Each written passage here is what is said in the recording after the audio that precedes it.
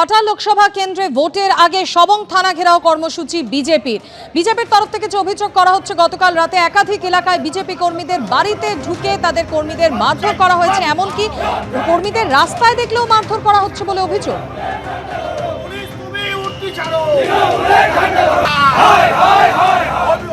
অমিত জানা আমাদের প্রতিনিধি এই মুহূর্তে আমাদের সঙ্গে টেলিফোন লাইনে রয়েছেন। অমিত, বিজেপির তরফ থেকে যে অভিযোগ করা হচ্ছে এটা তো বিস্ফোরক অভিযোগ এবং পুলিশের ভূমিকা নিয়ে প্রশ্ন তোলা হচ্ছে, এখনো চলছে সেই বিক্ষোভ?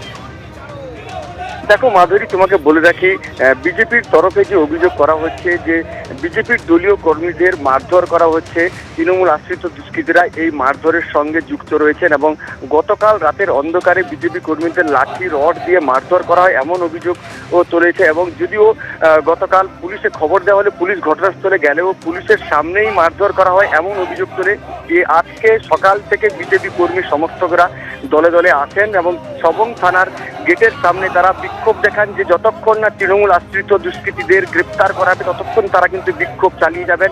এই অবস্থানে কিন্তু তারা অনড় রয়েছেন। যদিও এই মুহূর্তে তারা সবং থানার গেটের সামনে তারা কিন্তু বিক্ষোভ চালিয়ে যাচ্ছেন। যদিও তৃণমূলের তরফ থেকে সমস্ত অভিযোগ অস্বীকার করে তারা বলেছে এটা একটা গ্রাম্য বিভাগ এবং বিজেপি দলীয় আশ্রিত দুষ্কৃতীরাই তৃণমূলের উপর হামলা চালাচ্ছে, মিথ্যে অভিযোগ করে প্রচারে আসার চেষ্টা করছে, এমনটাই কিন্তু অভিযোগ। যদিও বিজেপির তরফে এই মুহূর্তে সবং থানার গেটের সামনে তারা কিন্তু বিক্ষোভ অবস্থানে বসেছেন এবং তারা যতক্ষণ না পুলিশ গ্রেপ্তার করবে তৃণমূল আশ্রিত দুষ্কৃতীদের তারা কিন্তু এই অবস্থান বিক্ষোভ চালিয়ে যাবেন, এমনটাই। মাধুরী, ধন্যবাদ অমিত। বারাসাতের বিজেপি প্রার্থী স্বপন মজুমদারের মুখে বুলডোজার চালানোর হুমকি। যে খবর পাওয়া যাচ্ছে যে হাবড়া পুরসভার চেয়ারম্যান নারায়ণ সাহাকে হুমকি দেওয়া হয়েছে পুকুর ভরাট করে বহুতল বানানোর অভিযোগ তুলে সরাসরি আক্রমণ হাবড়া পুরসভার চেয়ারম্যান নারায়ণ সাহাকে। জ্যোতিপ্রিয় মল্লিকের মতো তৃণমূলের পুরো চেয়ারম্যানেরও শ্রীঘরে ঠাঁই হবে বলে হুঁশিয়ারি দিয়েছেন বারাসাতের বিজেপি প্রার্থী।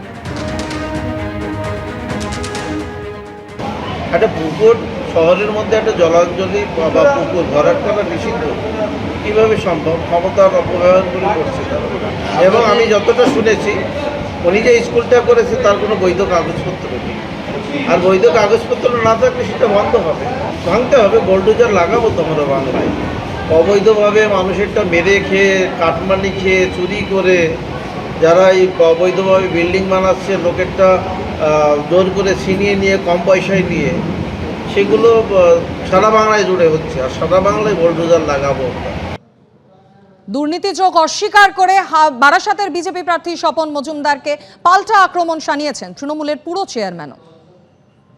উনি কি পৌর নির্বাচন করতে এসছেন? উনি তো বারাসাত পার্লামেন্ট কনস্টিটিউয়েন্সির ক্যান্ডিডেট। বারাসাত পার্লামেন্ট কনস্টিটিউয়েন্সি নিয়ে কী বলতে চাইছেন সেটা পরিষ্কার করে বলুন।